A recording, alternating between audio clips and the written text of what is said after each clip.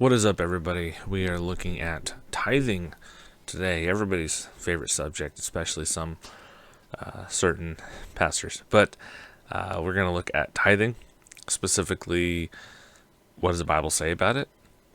And even more specifically, how about for Christians today? Where does the idea of tithing come from? Is it something that Christians today are still obligated to do? And we're going to get into the word and back up everything we're saying. So, you're going to want to watch till the end. And there will be people there shouldn't be, but there will be people that are very upset with this video if they watch it. It's not going to be a popular one for a lot of people. Sorry, I adjust my mic. Okay, I think we're good. So, we are going to, I guess, start off with just a quick, typically if you're in a church and they talk about a tithe, or you hear a Christian say tithe, typically what is thought of, or the point that is being conveyed, or the idea that's being conveyed when someone talks about a tithe, or their tithe, is 10% of your total earnings. Now, there are some people that say it has to be 10% of your gross. Some people say it has to be 10% of your net. And there's people who talk about, like, well, do you tithe gifts? I have known people in the past that actually, like, if they get a gift for their birthday or something, if the gift comes from somebody else and they didn't purchase the gift themselves, they will figure out what that cost and they will pay 10% of that gift. If they may not, if my wife and I did that, it would look like if I bought her a gift for her birthday, well, we don't have to tithe that because we already paid tithe on that. But yeah, just there's a lot of, I'll say there's a lot of differing views on tithe. And it's a topic that I don't think there really should be. It's actually pretty clear in Scripture, and we're going to see that. But this is something a lot of Christians get pushback for too, and I think rightfully so. Some this idea of giving, and this leads to an idea of sowing and reaping, which can be biblical if it's talked about correctly. But I've also seen, and this I brought up recently quite a bit, but Mike Winger and his series, or the video he did on Benny Hinn, he talked about, or Benny Hinn talked about, you have to, if you want your healing, he would say stuff like, if you want your healing, you need to sow a seed of X dollar amount. And he actually said the reasons people aren't getting breakthrough with certain things is because they're not giving enough to him. And that is where this gets extremely dangerous. I think it just, in general, it can be problematic, but that's where it gets really, really dangerous. So we're going to walk through Scripture. We're going to see, you can actually do, I've got Logos Bible software. You can do this in there. You can do this on Google, but you can find every occurrence of tithes, or tithing, and you can find it pretty easily. There's actually not as many as you might think. We're going to look through at most of the, maybe not the exact occurrence of the words, but the ideas that are being talked about. And most of those are Old Testament too.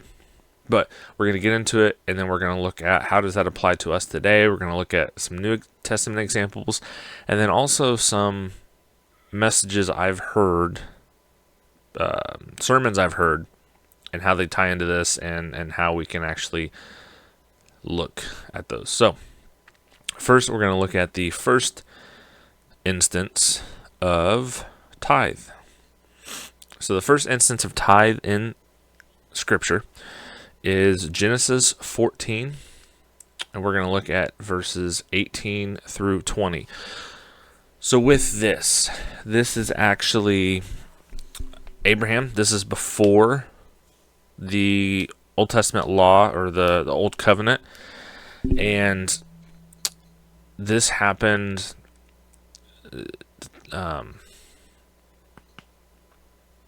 Lot, I don't know why I just blanked there. Abraham's nephew Lot, or Abram at the time, he's not Abraham yet. Abram's nephew Lot was taken, and Abram went and took him back, and they fought a war over it.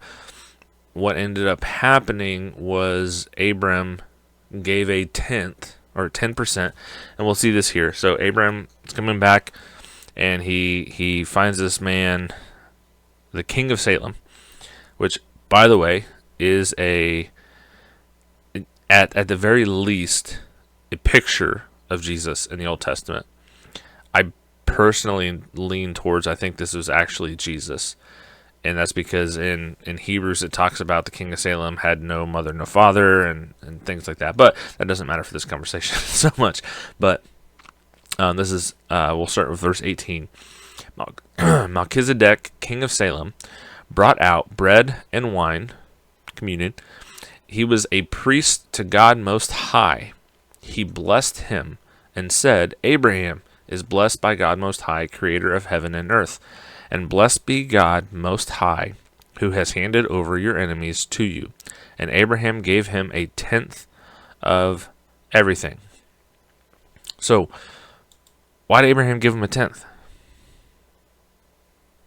It doesn't say. There's no indication as to why Abraham gave him a tenth. Now, I've heard people say that tithing still... I'll let the cat out of the bag early.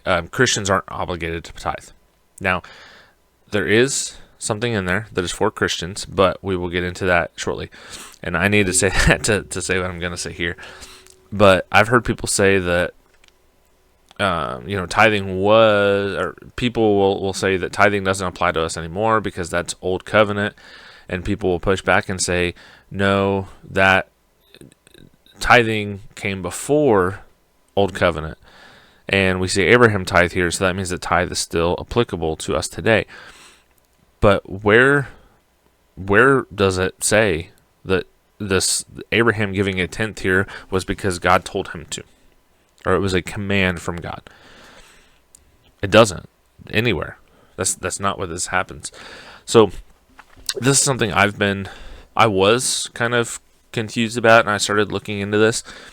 Honestly, the most likely scenario, I think, because it doesn't say for sure in the Bible, and so we have to kind of look at some other stuff around there, extra biblical sources and documents and things like that.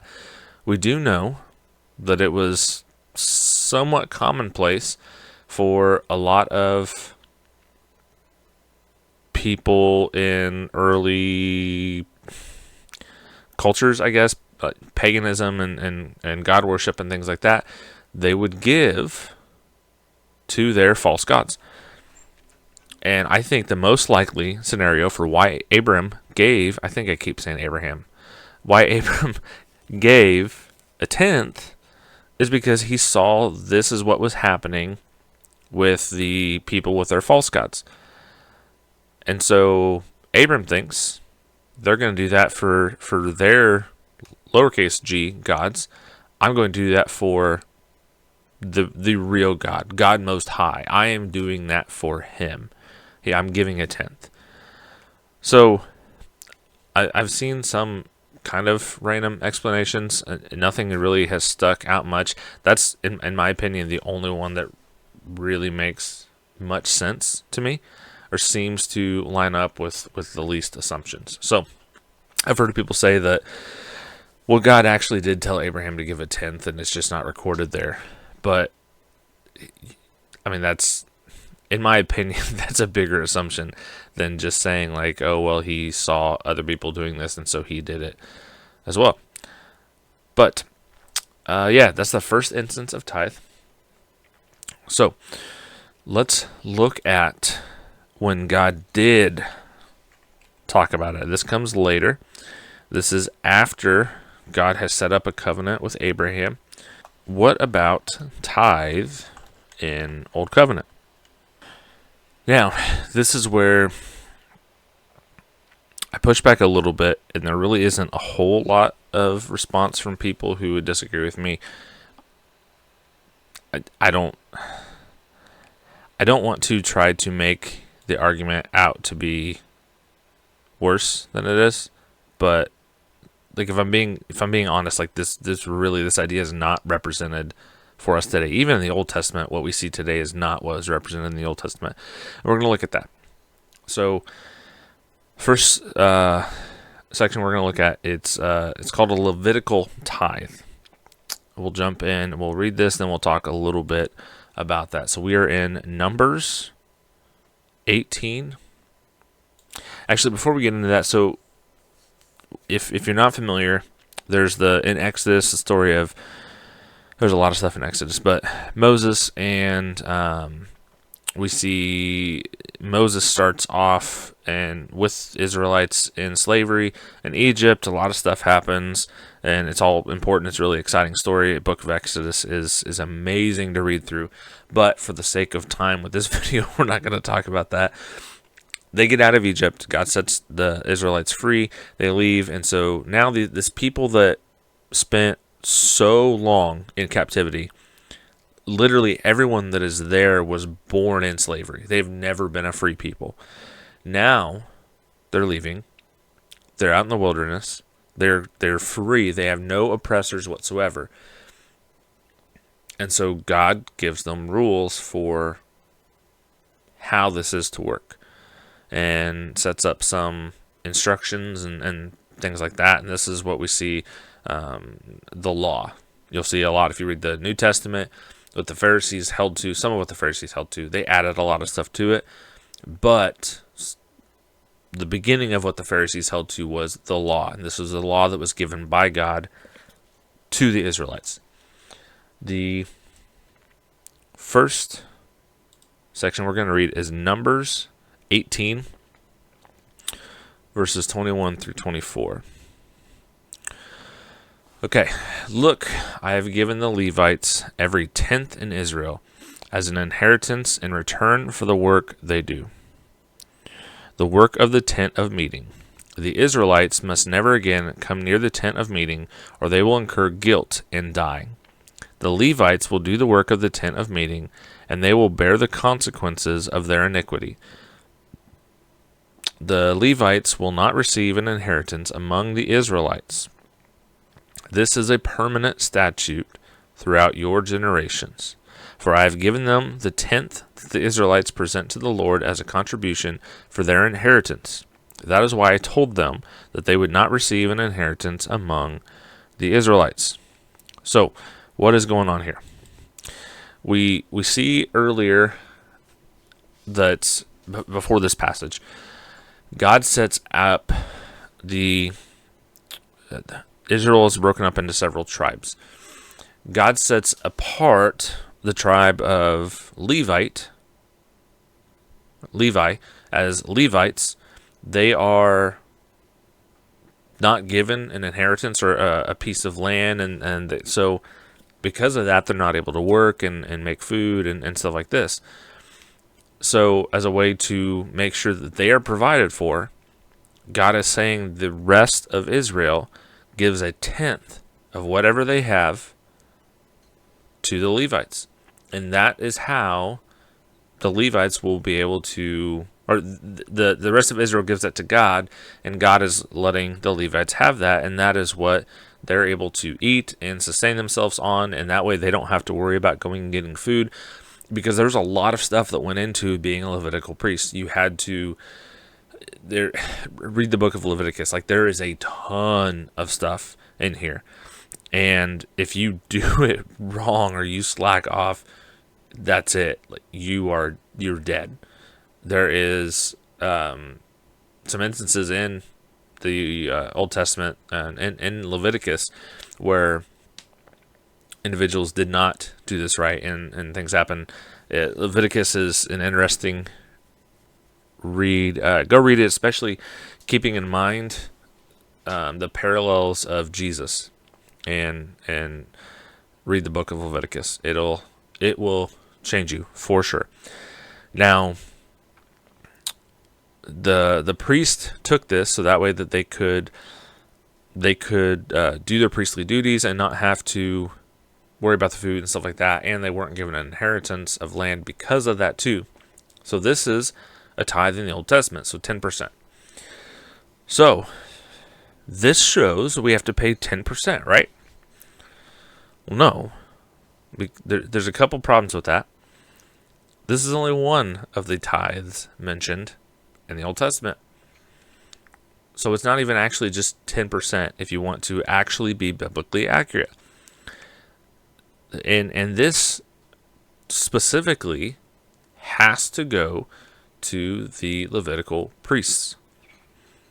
So this doesn't really work with what we see as far as a tithe in churches today. So let us look now. I told you that there were a couple of different tithes. I think tithes would be plural. There are a couple of different tithes. Here's the second one. This is the tithe of feasts. We are in Deuteronomy 14. And we're going to start with verse 22. We'll read down to verse 26. Each year you are to set aside a tenth of all the produce in your fields. You are to eat a tenth of your grain, new wine, and fresh oil, and the firstborn of your herd and flock, in the presence of the Lord your God, and at the place where he chooses to have his name dwell, so that you will always learn to fear the Lord your God. But if the distance is too great for you to carry it, since the place where the Lord your God chooses to put his name is too far away from you, and since the Lord your God has blessed you, then exchange it for silver, take the silver in your hand, and go to the place that the Lord your God chooses. You may spend the silver on anything you want, cattle, sheep, goats, wine, beer, or anything you desire. You are to feast there in the presence of the Lord your God and rejoice with your family. Okay. So this tithe of feast, similar thing. It is a tenth or 10%. This tithe would support the 3 festivals of Passover. So what is said here, God would give them a place where they needed to go. And they would have to save a tenth of everything for this festival or these festivals. And God does say if this is too far, he doesn't say if this is too far, then you don't need to go. He says if this is too far, then you can sell whatever it is or trade it for silver, then go to where you need to go and then use that silver to buy stuff for yourself. So if you have too long of a trip and the food's not going to make it, or the maybe the cattle or sheep or whatever you have isn't going to make it, then you can sell that, trade it, get silver, go to where you need to go, and then buy what you need there, and that way you can still do the same thing. You're giving a tenth to participate in these feasts that God commanded. So that's a second tithe, and this is on top of the Levitical tithe. So we are currently at 20%. So not the 10 that you commonly hear pastors talk about. We're at 20. Now, that's not it. There is more. We're going to jump down. We're already in Deuteronomy 22. We're going to go down to 28. Actually, we'll start in 27, because this 27 is kind of bringing up the first tithe again. So 27, do not neglect the Levite within your city gates, since he has no portion or inheritance among you. So this is just reaffirming that first tithe. Verse 28, at the end of every 3 years, bring a tenth of all your produce for that year and store it within your city gates. Then the Levite, who has no portion or inheritance among you, the resident alien, the fatherless, and the widow within your city gates may come, eat, and be satisfied. And the Lord your God will bless you in all the work of your hands that you do. Okay, so this is a third tithe, a third 10%. Now this one is a little bit different. So the first two, the Levitical tithe and the tithe of feasts, those first two were both 10% every year. This one is the tithe for the poor, and we see a list there. It does mention the Levite again, but it also talks about the resident alien, the fatherless, the widow within your city gates. These are people that can't work. They don't have a provider for them. The resident alien, they're not going to be as established like an Israelite person would, an Israeli would. So they're not going to have everything. They're not going to have the land and stuff like that. The fatherless, so orphans, kids that don't have a father to provide for them.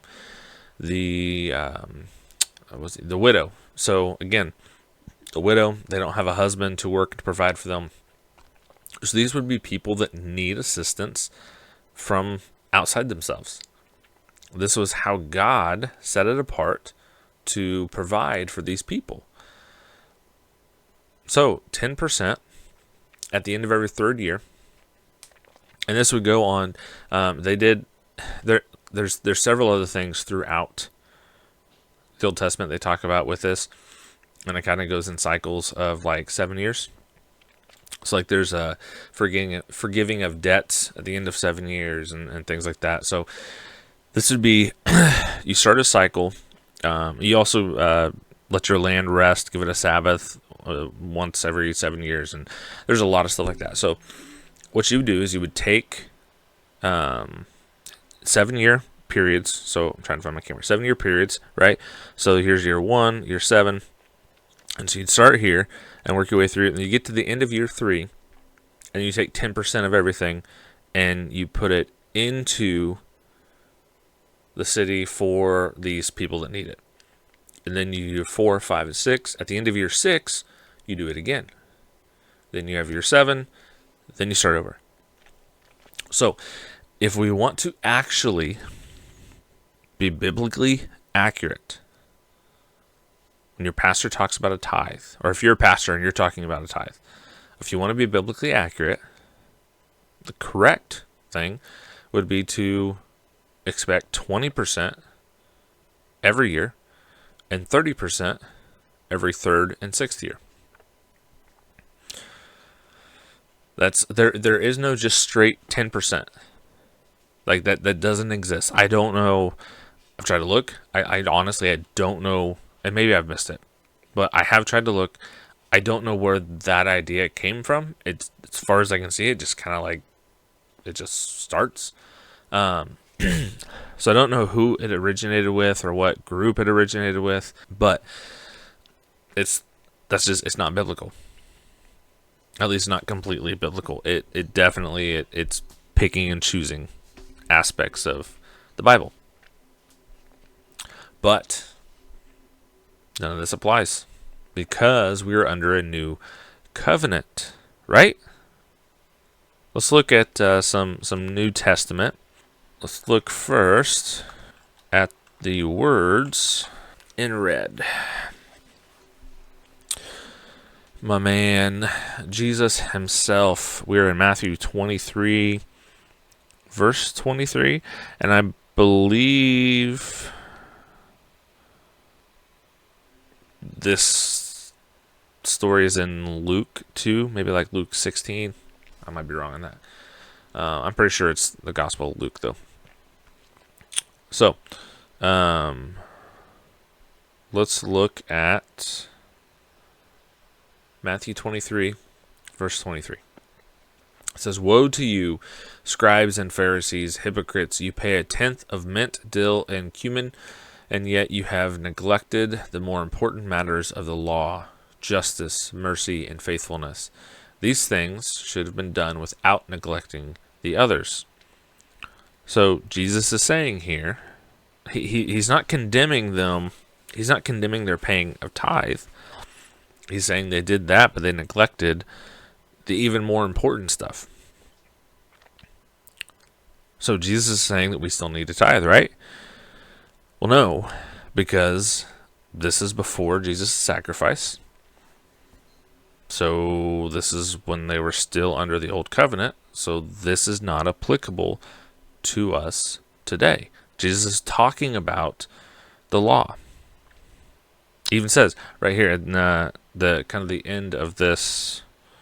I don't know if my there. The more important matters of the law. So Jesus is saying this is the law. But we are not bound by law.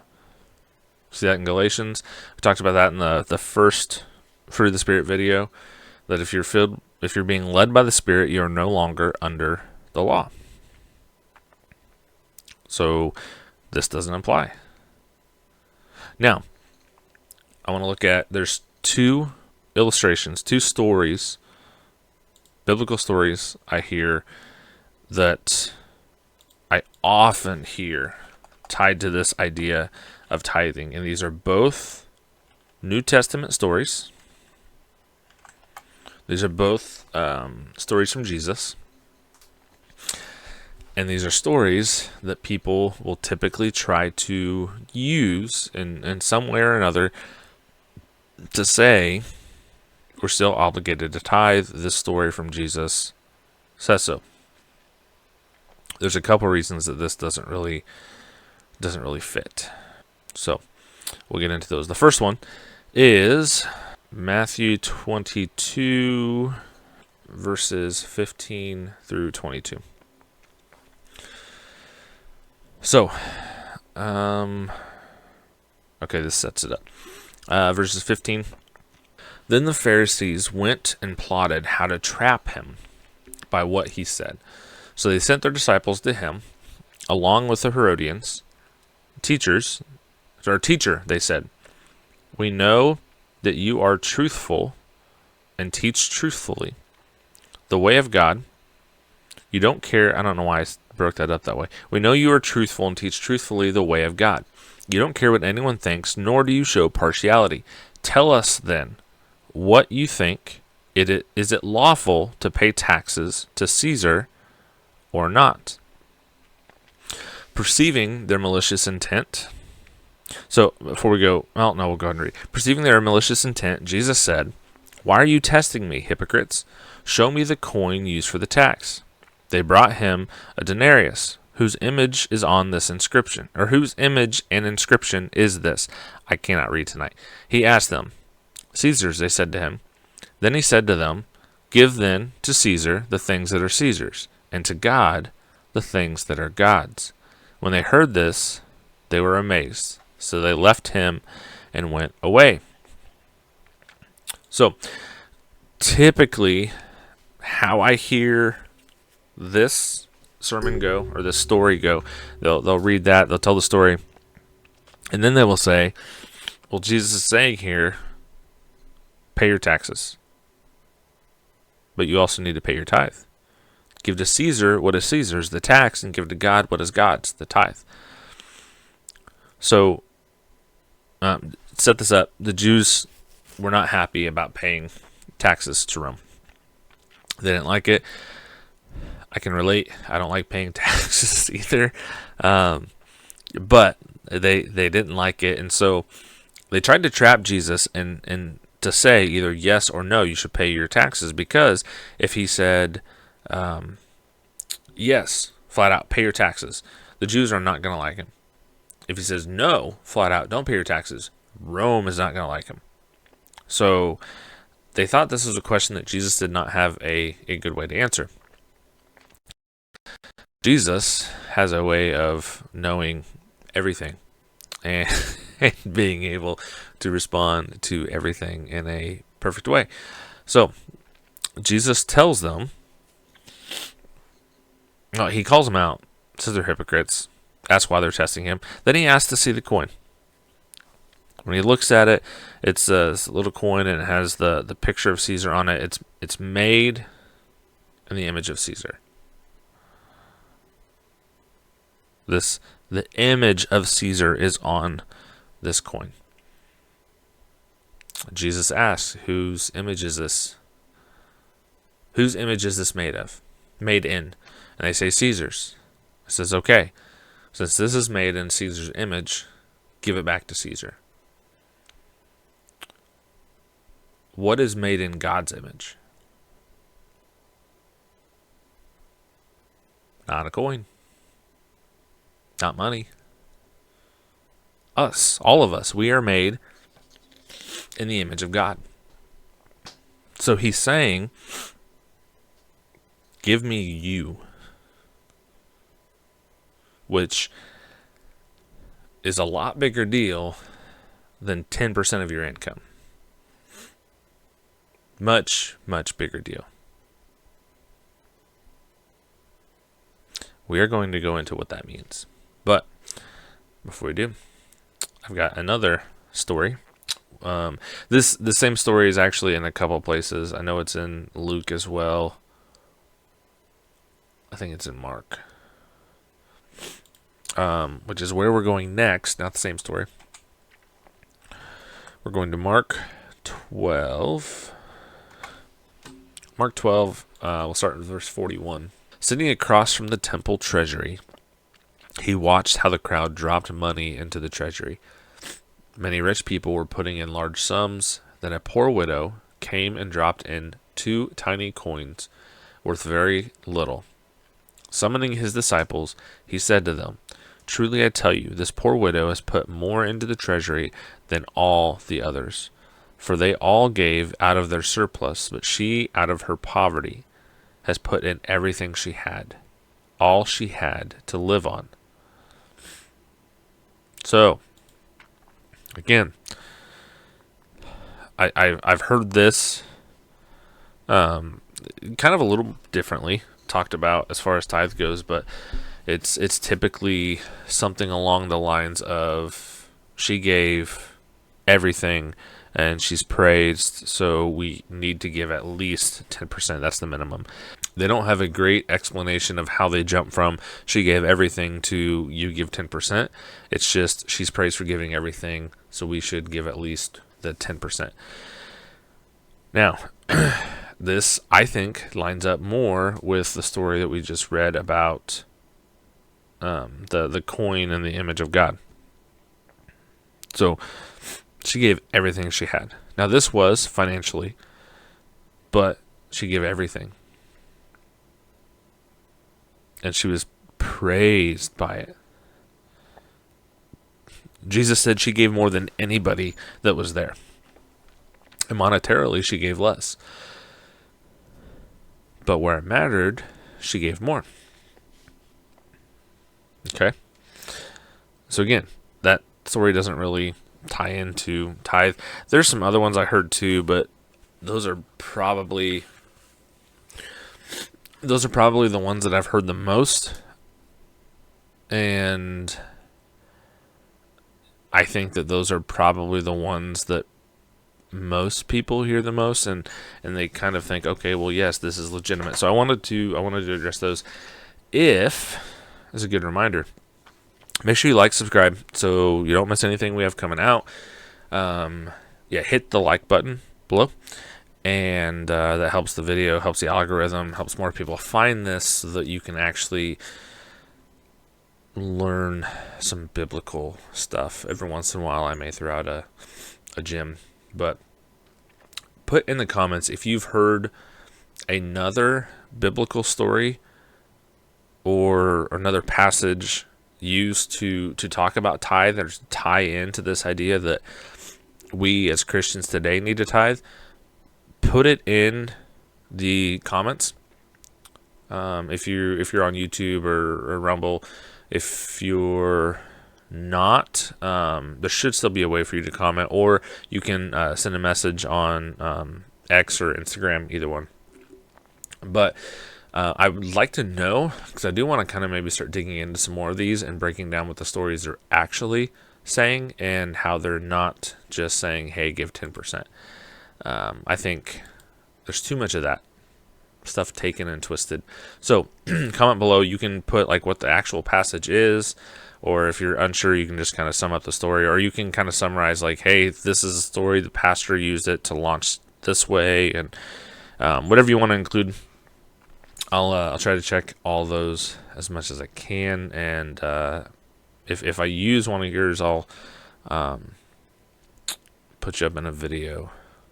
Well, you'll get credit for it, unless you don't want credit for it, in which case say you want it anonymous. But anyways, so looking at this, what is actually expected of us as Christians? Let's look at. I do have some stories where it doesn't specifically talk about tithing, but it does talk about giving. And there's both good and bad. So this first one is Acts 2. We're going to start in verse 42. So what happens here? Jesus has ascended. So this is post crucifixion. This is the new covenant. This is right after the Holy Spirit descends on the upper room. People they're speaking in tongues and things like this, and people are kind of around there. They think that they're drunk. They're talking about the scene that's being made and things like that. And Peter calls them out and says, these people are not drunk as you suppose. And then he goes into a gospel presentation, and these people that he's saying this to get saved. Okay, that's where they're at. It's going to end with that and then jump into something else, or continue with that, I guess. But Acts 2, we'll start with verse 42. They devoted themselves to the apostles' teaching, to the fellowship, to the breaking of bread, and to prayer. Everyone was filled with awe, and many wonders and signs were being performed through the apostles. Now all the believers were together and held all things in common. We'll keep going to verse 45. They sold their possessions and property and distributed the proceeds to all, as any had need. Every day they devoted themselves to meeting together in the temple and broke bread from house to house. They ate their food with joyful and sincere hearts. So what we see here, the example that we have immediately after the Holy Spirit is poured out, is not 10%. It's people just selling property and selling their possessions and giving it to people who need it. And they're joyful about doing this. So it doesn't fit the idea of 10%. It's a little more difficult because it takes a little sacrifice, and it takes a little, I think, evaluating of your situation, evaluating your circumstances. Because here's the thing, and we'll touch on this a little bit more at the end in closing, but 10% for some people is way too little. And 10% for some people is way too much. So, and we will, like I said, we'll come back around, revisit that idea. Next, let's look at, it's also in Acts 9, be in verse 36. In Joppa, and we're going to read through verse 39. In Joppa there was a disciple named Tabitha, which is translated Dorcas. She was always doing good works and acts of charity. About that time she became sick and died. After washing her, they placed her in a room upstairs. Through 39. Okay. Since Lydda was near Joppa, the disciples heard that Peter was there and sent two men with him who urged them, "Don't delay in coming with us." Peter got up and went with them. When he arrived, they led him to the room upstairs. And all the widows approached him, weeping and showing him the robes and clothes that Dorcas had made while she was with them. So, she comes back to life, by the way. Peter goes in and prays for her, and yeah. But they're talking about, so they say at the beginning, she was always doing good works and charity. She's helping people.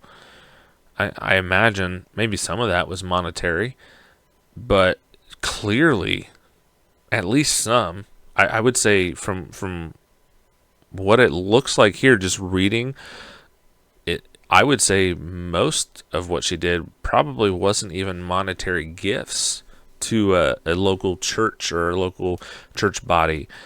She used the skill she had to make things that people needed and gave it to them, which isn't technically 10%.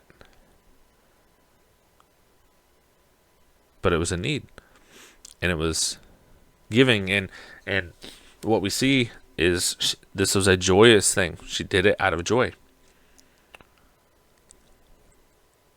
She enjoyed helping people. So, again, not 10%. Let's go to 2 Corinthians 8. If I can type. Good Lord, I cannot. Okay. And we're just going to start with verse 1, and we'll read through to verse 5. We want you to know, brothers and sisters, about the grace of God that was given to the churches of Macedonia. During a severe trial brought out by affliction, their abundant joy and their extreme poverty overflowed in a wealth of generosity on their part.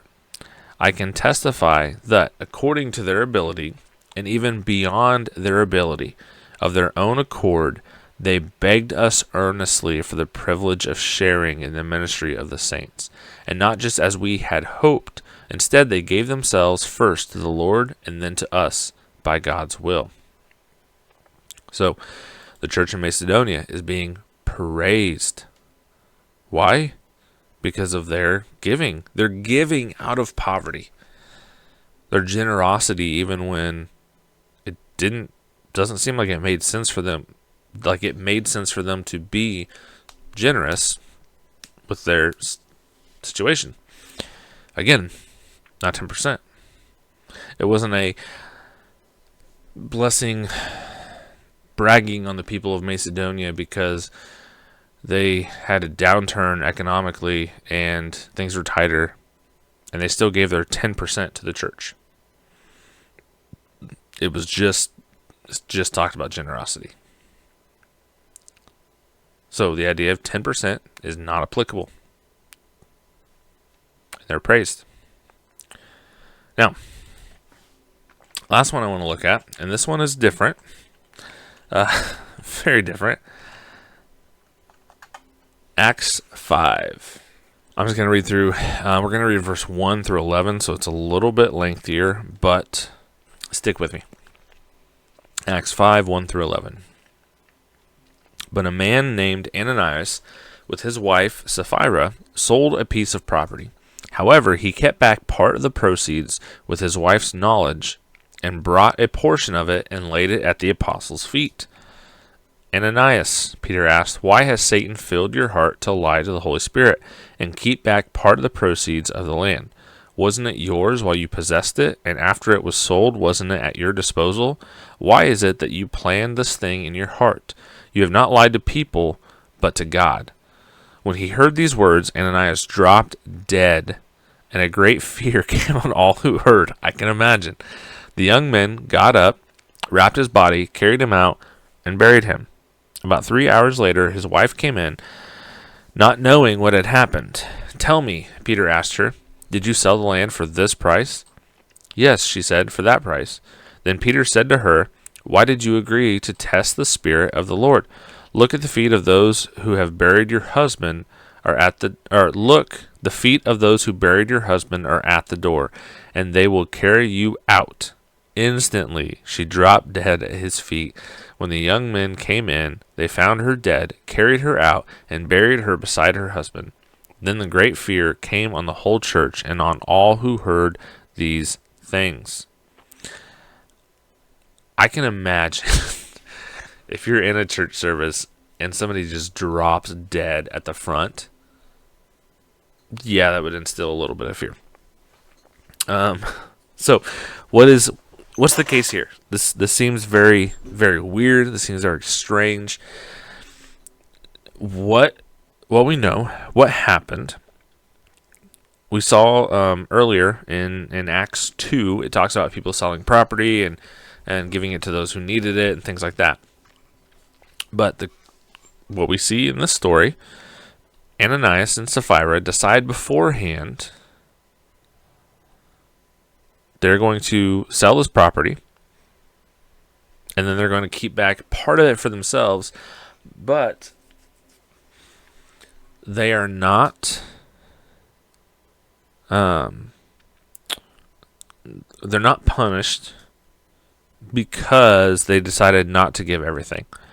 They're punished because they tried to lie and say they gave it all to get that positive look. People are talking about how great they are and how nice they are, and they gave all this money, and they sold the property they didn't have to sell, and they turned all of it in.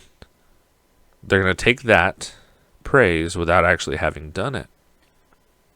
Peter even says, the property was yours. You could have done what you wanted with it. You could have kept it. You could have sold it and said, hey, I'm going to give half of this and I'm going to keep half. The issue was they lied. And they gave well over 10%. It doesn't say for sure, but if I sell property, say I sell a property for $100,000, with the language here, it says that they brought a portion of it.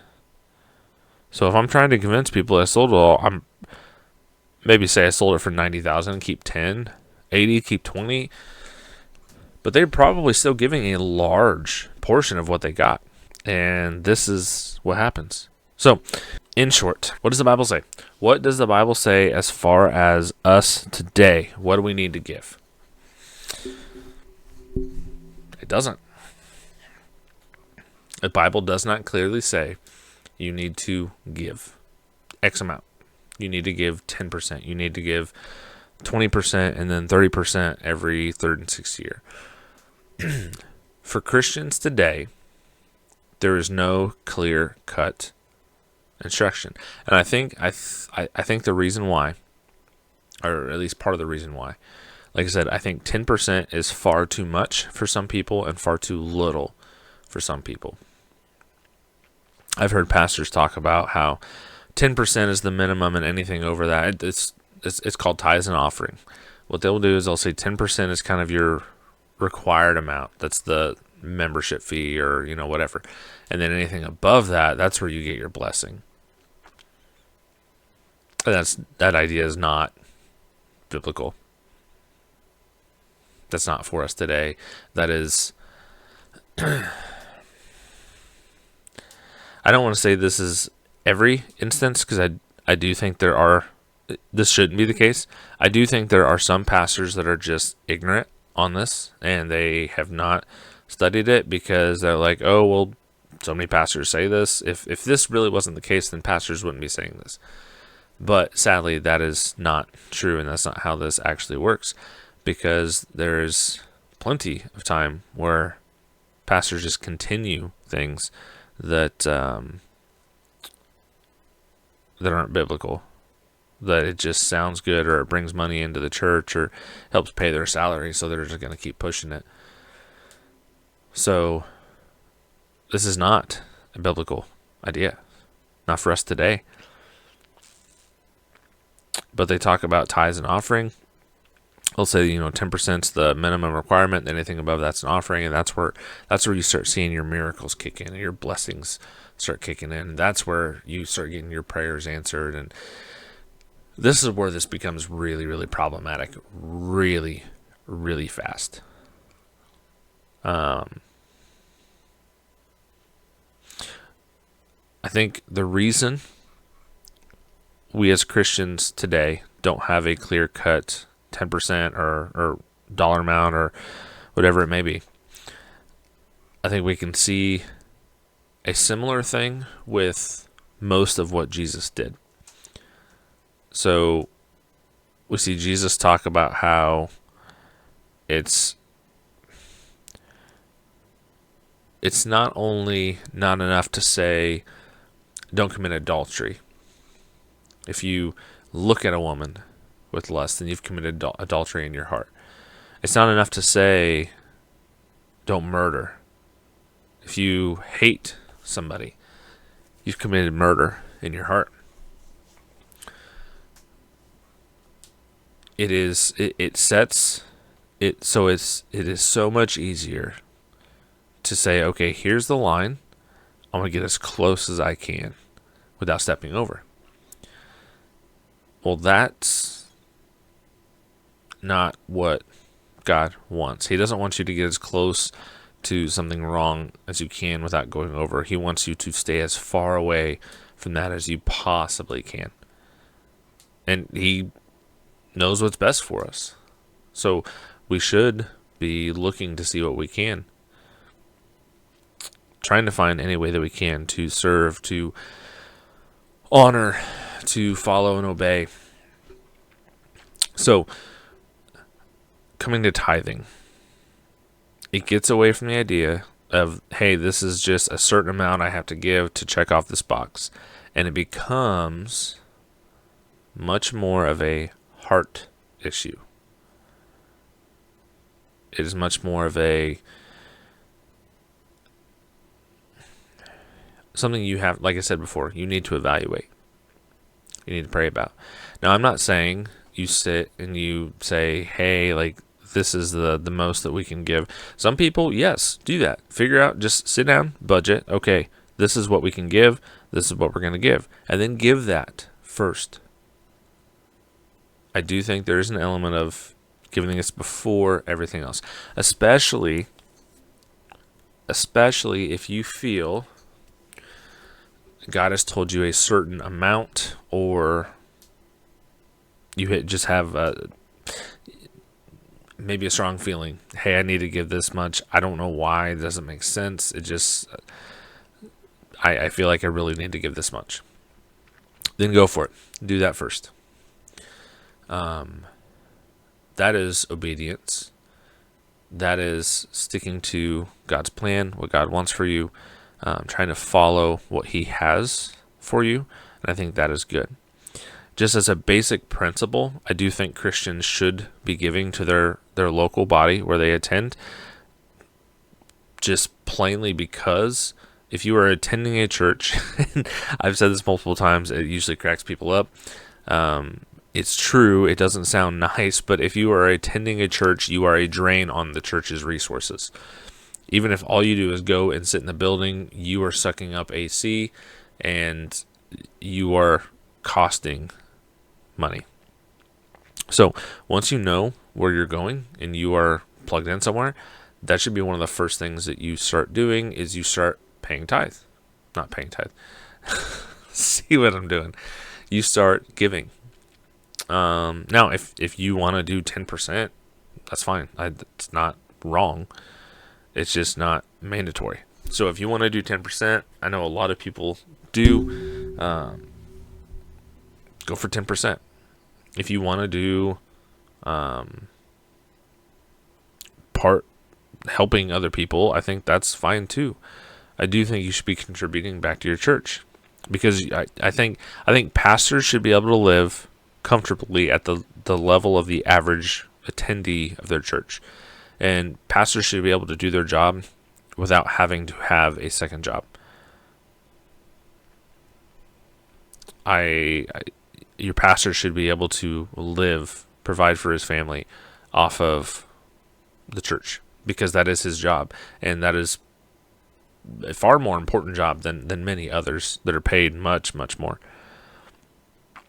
So Christians need to be giving to the church. They need to be giving joyfully to their church. They need to be making sure that the needs of the church are met. Or how about, as well as that, people in your church body that are struggling, that are hurting financially, that are needing things, go meet those needs too. Don't just give to your church and expect your church to do it. If there's a family that you know needs groceries, go buy them groceries. If there's somebody that you know that maybe is tight financially, maybe, and I don't know how you would always know this. You may not always know this. Sometimes it could be something as, like I said, just kind of you have a feeling, something you felt like God laid something on your heart. It could be you're in a small group with somebody and they're talking about struggles financially and things like that. Then maybe from there you're like, you know what, I'm gonna help them. Maybe their car, there's an issue. They need to get a new tire or alternator or something on their car, and you're like, you know, I'm gonna take care of this for you. We'll take to this shop. Tell me how much it is, or I'll go with you and I'll foot the bill for this. Find ways to help people. That's what we see. They were selling their stuff to help the body. They were trying to help each other.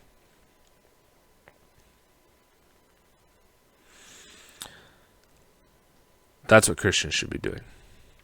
It's not about giving 10%. It's not about checking off a box. It's not about the pastor getting a new Rolls Royce and a private jet, and very few pastors have those. But that's what a lot of people comes to mind is people like Kenneth Copeland or Benny Hinn or Jesse Duplantis, people like this whole idea of giving. And so they say that you're giving to God, but you're giving to them. They would say you're giving to God, and God is blessing them because they're such a good giver, because they're doing so much great work for God. And I mean, that's just not it. They're manipulating people. They're tricking people out of money. They're using God as a vending machine. That's not what God intended. That's not what the Bible teaches. You don't have to give 10%. It's not a minimum requirement. For some people, it's too much. For some, it's too little. We need to get to the heart of it. You should be helping support your church, and you should be helping to support your church members when they need it. Sit down, pray about it, and see for you personally,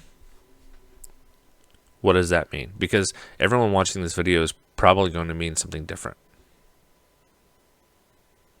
So think about the idea of I'm called to give joyfully, and I'm called to give in a way that is helping my church and is helping the members of my church. Sit down, pray on it, think about that, and see what that means for you. And if you get pushback, I know pastors push back on this. I personally know pastors that have pushed back on this publicly from the pulpit. They heard someone saying something like this, and they talked about it publicly from their pulpit.